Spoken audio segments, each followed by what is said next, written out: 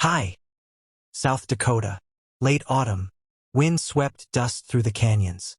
Alvin Hart stood on the porch of his Hollow Creek ranch, shotgun in hand. He wasn't expecting visitors. From the white fog stepped a girl, soaked through, her dress torn at the shoulder. In one hand she held a dented coffee pot. The other was wrapped in bloodied cloth. She didn't flinch when she saw the gun. Stopped at the gate. Met his eyes. "I don't talk too much, sir," she said. Her voice didn't tremble. "But I can cook." Alvin stared, the wind tugging at his coat. The silence between them was heavy, shaped by long years and things lost. After a moment he gave a faint nod. "Then you're hired." Alvin Hart was a man carved from silence. He hadn't always been that way. Once, he wore the blue uniform of the Union Cavalry, a corporal under Colonel Henley's command. He rode through Virginia smoke and Texas dust, survived Antietam by inches, and watched a dozen boys die with his name on their lips.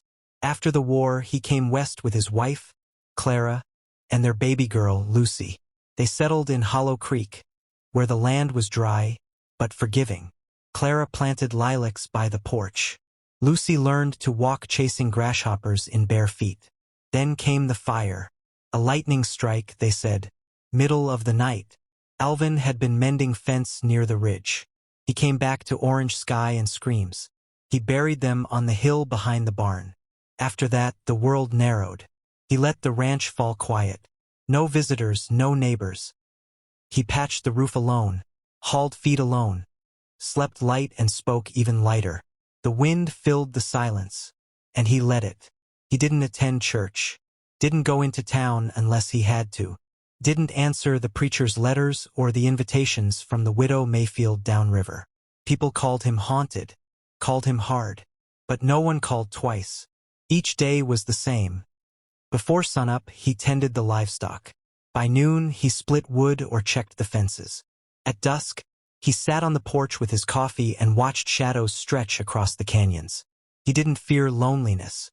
He feared change. Change had taken everything. So when the girl stepped out of the fog that morning, bleeding and barefoot, a stranger with no name and no reason to be there, every bone in him tensed. She looked too young to be out on her own. Her face was lean, hollow with hunger. Her eyes were not wide with panic, but narrowed, measuring. She had the eyes of someone who had learned not to ask for kindness. He should have told her to keep walking, but he didn't. Maybe it was the coffee pot, rusted and ridiculous, that did it. Maybe it was the steadiness in her voice. Or maybe, deep down, some part of Alvin Hart remembered what it felt like to need something from a stranger. He lowered the shotgun. When he finally spoke, the words came quiet. "You know how to make cornbread?" She nodded once. "Then you'll need the skillet. It's hanging by the stove." He turned and left the door open. She gave her name 2 mornings after she arrived. "May-di," she said, rinsing a tin cup. "Like the month. Like what happens next." Alvin didn't ask where she came from. She hadn't asked to stay. But she had taken over the kitchen like she belonged there. Her bandaged hand stayed close to her side, but the other worked with quiet purpose. Sifting cornmeal, slicing dried apples, measuring time like she'd done it 1,000 times before. She used what she found in his pantry, cooked 2 full meals, and cleaned the skillet better than it had looked in years. She didn't ask for food. She didn't ask for rest. She gave more than she took. The wound on her arm was infected. She let him clean it, but her jaw stayed clenched. He poured brandy into the gash. She flinched once, but said nothing. "How long you been running?" he asked. May-di didn't answer, just picked up the cloth and finished wrapping it herself. She never asked to stay, but the house shifted with her presence. Curtains were mended, boots cleaned and lined by the door. She set wildflowers by the graves out back. His wife's, his daughter's. He didn't ask her to. She moved without sound, never idle, always watching the land like she was waiting for someone. He saw that kind of waiting before, in men who never stopped listening for the wrong set of footsteps. He didn't ask about it. Not yet. One night he found her asleep on the bench by the pond. Lucy's bench. Alvin stood there a long while, arms full of firewood. Unsure what to say, she didn't stir. The moon caught in the water beside her. Her bandaged arm cradled across her chest. He left the wood by the porch and let her sleep. Word got around town. Old Esther Collins asked about the girl seen near the creek trail. "Stray, is she?" the postmistress said, squinting like it wasn't her business. Alvin just said, "Cook." It was enough for most, but not for the man who came next. He arrived on horseback near sunset. A tall, sharp figure in a long coat, jaw bent from a long-heeled break. He reined in at the gate without dismounting. "Well now," he said, voice low. "Didn't think I'd find her in a place this quiet." Alvin stood still, axe in hand. Madai stepped out onto the porch behind him. "She's not yours," Alvin said. The man didn't blink. "She was, papers or not." Maidie's voice cut in, hard and flat. "I'm not your wife." The man didn't argue, just looked at Alvin. "She stays," Alvin said. The man watched them both a moment longer, then turned his horse and disappeared down the trail. The barn burned that night. Alvin smelled smoke before he saw the flames. Together, he and Madai saved what animals they could. By dawn it was gone. Hay tools and warmth for winter. Boot prints in the soot. A smear of kerosene near the back wall. Alvin said nothing. He placed a loaded rifle by the front door. Madai didn't ask questions. She just packed a small sack and stood by the gate before sunrise. "He won't stop," she said. "He'll keep coming until he gets what he wants." Alvin studied her. "You planning to run your whole life?" "I already have." He opened the gate. "You don't owe me anything," she said. He nodded. "You're not a debt," he replied. She hesitated, then turned around and stayed. That night there was coffee on the porch. Hot, strong. Enough for two. The spare room had been closed for years. It was Lucy's room once. Small bed, shelf of worn books, quilt with a stitched heart in one corner.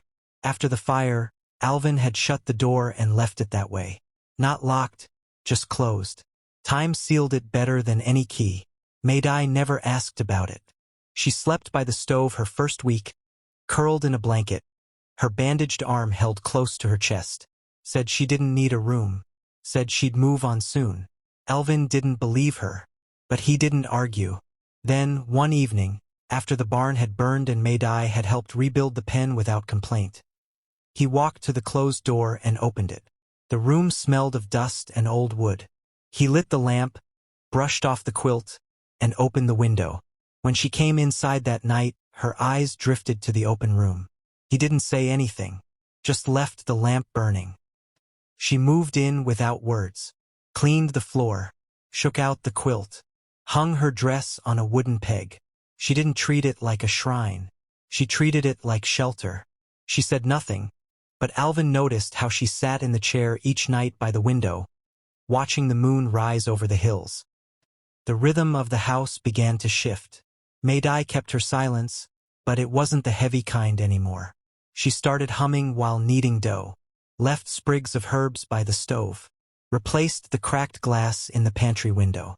Alvin fixed the pump, oiled her boots without telling her, repaired the old bench by the pond.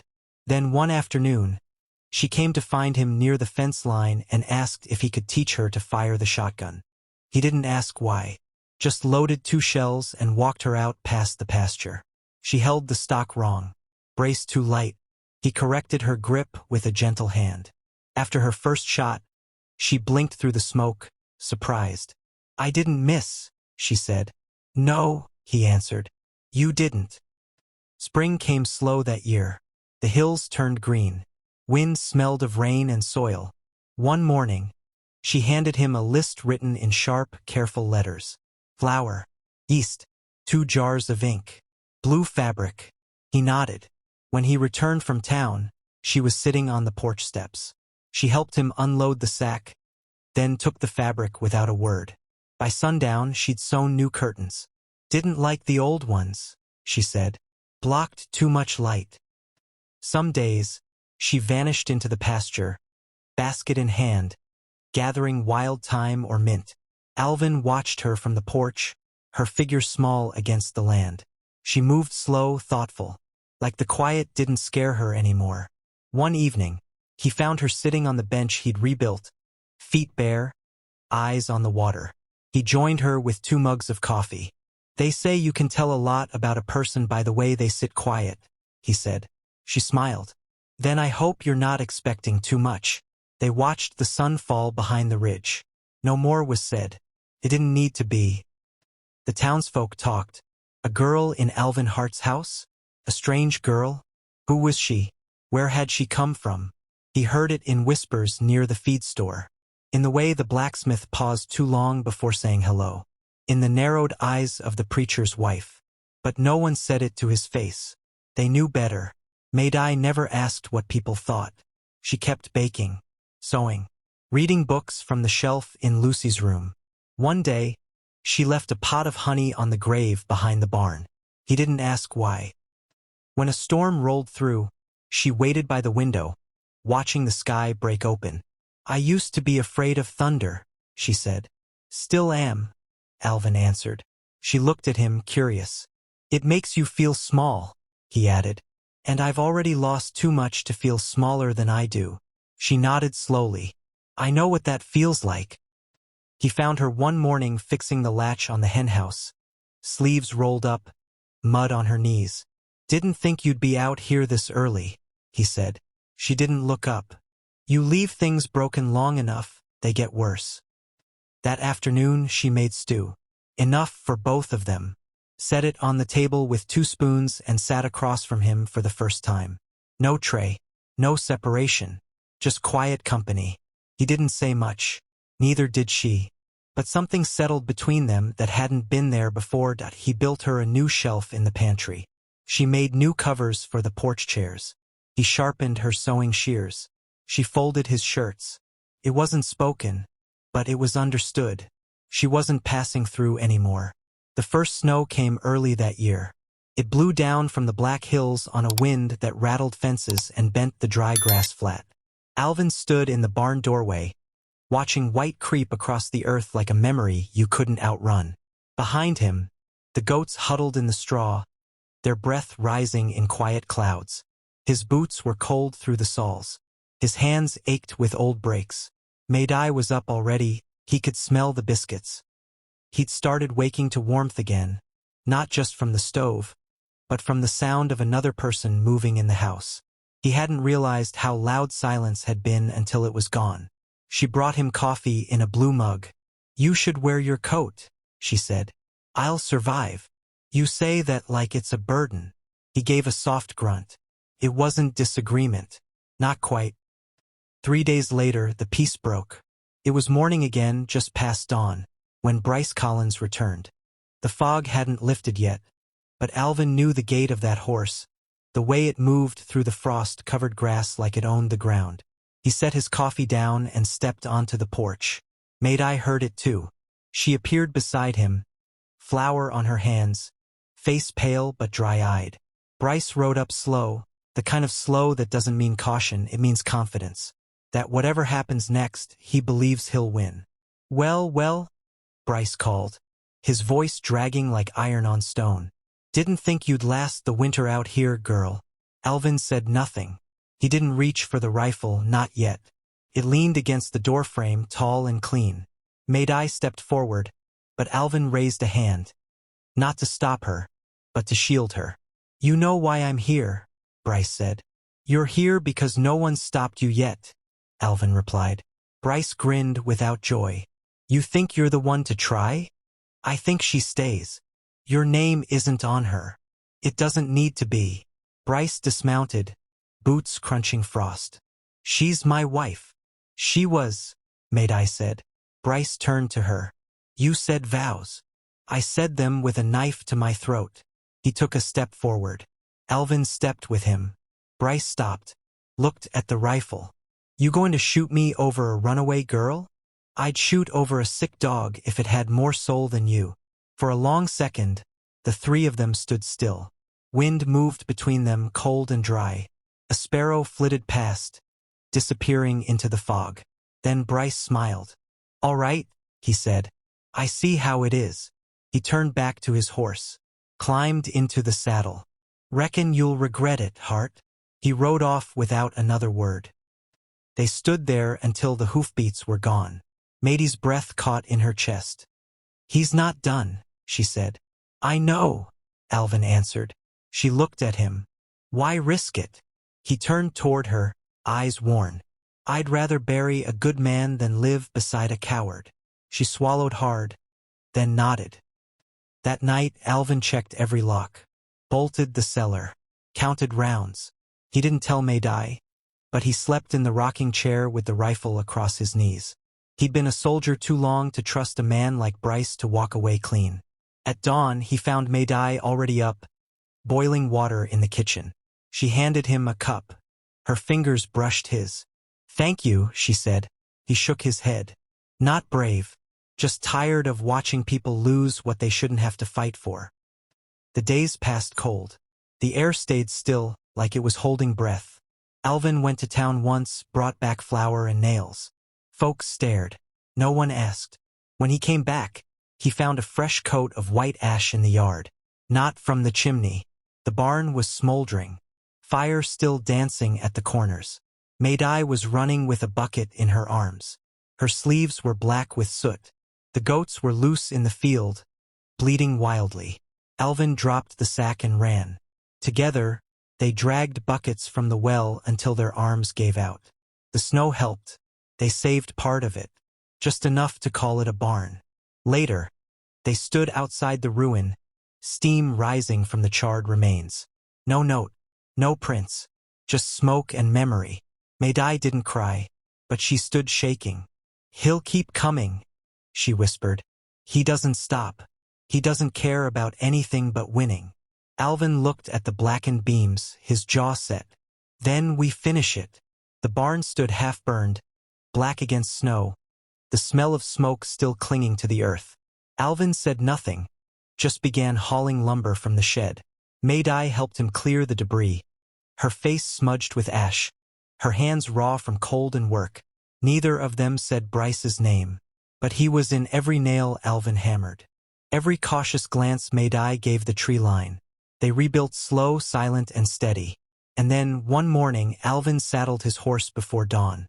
Maydai stood in the doorway, arms wrapped around herself. "You're going after him," she said.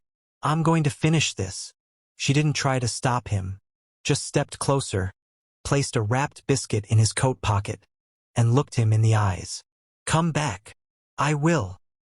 Brookwood lay 4 hours east. Alvin rode hard, wind in his coat, snow in his beard. The town was just waking when he arrived. Smoke rose from chimneys, boots scraped ice from doorways. He headed straight for the saloon. Inside, it was loud with early drinkers and men who'd forgotten the rules of winter. Bryce Collins sat at the far end, back to the stove, laughing like someone who didn't think justice would ever come. Alvin didn't slow. He walked straight through the noise and stopped at Bryce's table. The laughter died. Bryce looked up, smile faltering. Alvin didn't sit. "If you ever set foot on my land again," he said, voice low, steady, "I won't speak twice." Bryce leaned back, false grin returning. "You threatening me, old man?" Alvin reached into his coat and placed a single spent bullet on the table. "No," he said. "I'm ending it." The room went silent. One of Bryce's companions shifted uncomfortably. But Bryce saw something in Alvin's eyes, something final. He didn't reach for his gun, didn't rise. He only nodded, slow, hollow. Alvin turned and walked out. He didn't look back. No one in Brookwood saw Bryce Collins again after that day. Word reached Hollow Creek before Alvin did. That Hart had stood down a killer, and the killer blinked. Alvin returned home just after dark. Maydai met him on the porch with a lamp in her hand. She didn't ask what happened, just searched his face, read what was there, and nodded. Inside, she poured him coffee. Hot, strong. He drank it in silence. She brought out the biscuits she'd baked that morning, still warm. They didn't talk. They didn't need to. That night, for the first time in months, Alvin slept through till morning. The rifle stayed beside the door, untouched. Alvin never spoke of what was said in Brookwood. He didn't have to. The barn was rebuilt. The livestock settled. And Madai no longer watched the tree line when the wind shifted. Winter held Hollow Creek in a quiet stillness, but inside the house warmth had returned. Not just from the fire, but from something slower, steadier. The rhythm of two people no longer waiting for the past to arrive. Madai sang now soft melodies while kneading bread. Alvin listened from the porch, boots resting on the rail. He'd built her a shelf beside the window for her herbs. She kept it full-time sage, rosemary. The rifle stayed by the door, but untouched. Then, one morning in early March, Alvin brought down the tin box again. They sat at the table. He placed the silver ring between them. Madai looked at it but didn't reach. "I kept it for Lucy," he said. "In case she ever—" His voice caught. He shook his head. "But I think it's meant for someone who stayed." Madai touched the ring gently, turning it with one finger. "I never asked to be more than your cook. I never asked to feel again," Alvin said. A pause. Then he slid the ring forward. "You're not just hired," he said. "You're home." Her eyes welled, but she didn't cry. She only smiled, slow and real, and took his hand. Spring returned to Hollow Creek in soft steps. Melted snow dripping from the eaves, crocuses rising from dead grass, birdsong threading the air like thread through cloth. Alvin noticed it in small ways. The creak of the barn door no longer frozen shut, the way the wind softened, and how Madai now left the windows open while baking. The house breathed easier. She used her mother's baking pan every morning, a dented, soot-darkened thing she had carried all the way from wherever she came. She never spoke of it, but when she set it on the table with fresh bread, there was a reverence in her hands. Alvin rose before sunup, fed the animals, stoked the stove. But most mornings the kitchen was already warm. And there she was, soft smile, sleeves rolled, hair tied back. She belonged without asking. One morning Alvin brought a small wooden box to the table. Inside, the silver ring, Clara's, his wife's before her, polished now, whole. He set it gently beside Maidie's plate. She looked at it, then at him. "I told you once," he said. "You weren't just hired." He paused. "You're home." She didn't cry, just touched the ring with the tips of her fingers, then slid it on her hand like it had always been meant there. "I didn't think I'd ever belong anywhere," she said. "You do now." Later, Alvin walked the ridge overlooking the pond. Madai knelt beside Lucy and Clara's graves, brushing away the last of the winter leaves. She had planted rosemary, wild mint, and blue flax in the soil, life among loss. He watched her from above, a soft ache rising in his chest. Not grief, not regret, something gentler. He tipped his hat to the wind. That evening, she laid a warm loaf on the windowsill to cool. Birds chirped in the trees. The lanterns flickered low. The rifle stayed by the door unneeded. They ate together in quiet. Not silence. Peace. Outside, the land rested. Inside, the house lived again. Not with what had been lost, but with what had come after. Resilience, trust, something almost like joy. The world hadn't gone back to what it was. It had become something new, and that was enough. Bye-bye.